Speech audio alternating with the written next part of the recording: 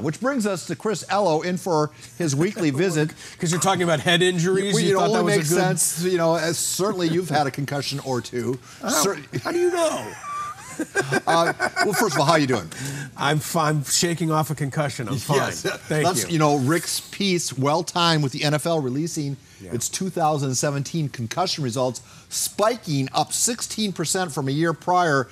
Is that because the game is getting more violent, or are they just documenting and recording concussions more thoroughly? I think they're documenting and recording it more. I think it's always been pretty violent, and I think any player that played back in the 50s, 60s, 70s would tell you the same thing. You know, I think it's fabulous that this is all coming to light now. It's giving us a lot more information, but I think people all want a solution to it. And there really isn't a solution. I mean, either that or just don't play football, because that game there's no other way to play football without the risk of concussion. I keep waiting for the sign. You know, everyone's saying football's in decline, football's in decline. And then there's a record Thursday night TV deal. Now there's Amazon and Facebook want to televise games. I keep waiting for it seems like their revenue is going up, and yet people are saying the sport is going down. Which is it? We don't care. We're not getting injured. It is those people that are getting injured. We are more than happy to tune in and watch. Have you ever watched auto racing? I mean, look, we're not there interested in who's driving around in circles for 500 miles. We're waiting for a big car crash. Let's be honest here. So it doesn't surprise me that football is still drawing humongous interest in this country. I mean, I watch these guys on Sunday afternoon, and I say, man, thanks for entertaining me.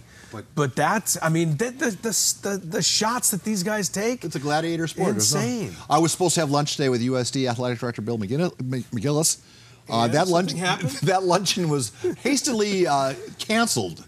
What could he have been doing? How long before we hear about the Toreros' search for a new basketball coach? Well, Lamont Smith, I mean, one of the absolute worst days of anybody's life had to be for Lamont Smith. I mean, to get charged with domestic violence on a road trip where your wife is on the road trip and you're with your basketball team, and my goodness, your entire professional career is gone.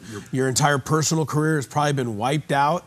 And I mean, to that extent, I feel for Lamont Smith, but my goodness, he put himself in this situation. How far until USD is going to give a few days for due process, but this is the University of San Diego. They can't be represented by a coach with these kinds of ties, so it won't be long. This is what some of the kids had to say Tuesday. Anybody who knows him and heard what the allegations were was, taken aback at first and shocked and disbelief. I was shocked along with everyone else. Right now everyone needs each other, so we're just going to try to come together even more and try to really rally together to string some games together in the WCC tournament. Shock and a million different emotions. A million, and we've been working through all those emotions. It was a rough situation, but we're all going to get through it. We're going to be good from it.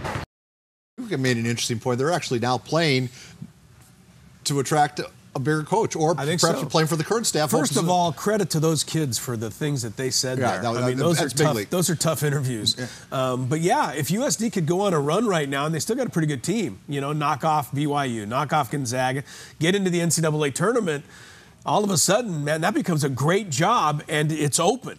So, I mean, a ton of people start calling in. So USD at least waits to see how this team finishes up. Malik Pope reinstated after, and I freely admit, I was one that said, hey, his basketball career is over. All indications to me, it looked like it was.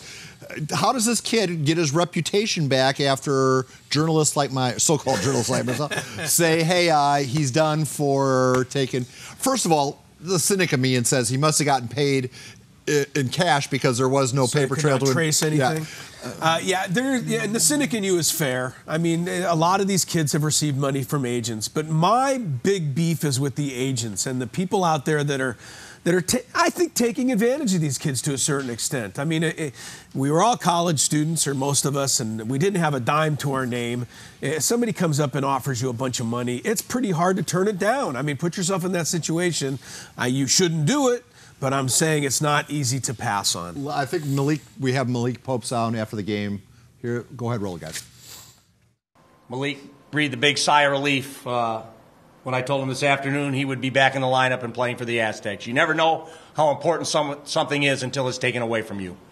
And so Malik might have missed one game. I'm sure it felt like a month to him, and we're grateful to have him back and on the floor, and looking forward to his senior night with Trey Kell and Cameron Brooks on Saturday here in Viejas. Early game jitters as usual, and it's times two, you know, but definitely excited as well and just itching to get out there and play. So it looks like his career is not premature. Can we give the Aztecs just a little bit of credit here, because they were one of 2 schools in the country that at least suspended the player to at least look into the situation. The rest of the schools keep letting their players play, which I find to be a little bit unnerving. Kudos. Kudos to the Aztecs. All right, let's test your play-by-play skills. I hear you can do that. Pods hosting Dodgers at the complex. Go ahead, pick it up. I can totally do it if I know who's doing what. Tommy Lasorda, one of my all-time least favorite sports figures. Austin Hedges quickly becoming one of my favorite sports figures as he hits a home run, for the 3rd time in 4 days. Padres are swinging the hot bats in Peoria right now, and Carlos Asuaje breaks a 4-4 tie. A 3-run triple right there, 3 wins in a row. 10-5 over the Dodgers. Texas Rangers are next up for the Padres.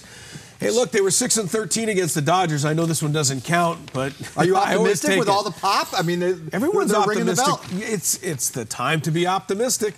And you know what? The season starts in March this year, so maybe the Padres don't have their typical April problems. IOC has reinstated Russia's Olympic privileges, despite the fact that 2 of their athletes, including a curler, tested positive for PEDs or whatever. It makes me mad because I went out and bought one of those OAR T-shirts. Or yeah, the Olympic athletes of Russia. Now that's no longer. IOC, FIFA, NC2A rank them in order of corruption.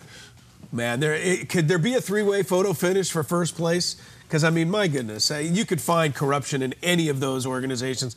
I think IOC's number 1 by a shade, and I'd put FIFA and the NCAA tied for 2nd. It's really close, and it's almost unimaginable, some of the stuff that must go on behind the scenes there, because we only hear the tip of the iceberg. All right, so, Chris, we've run out of time.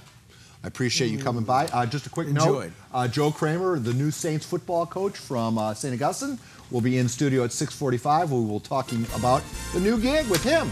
On behalf of Chris Ello, my name is Rudy. Thanks for watching the 5 p.m. newscast. The KUSI News at 6 is coming around the bend.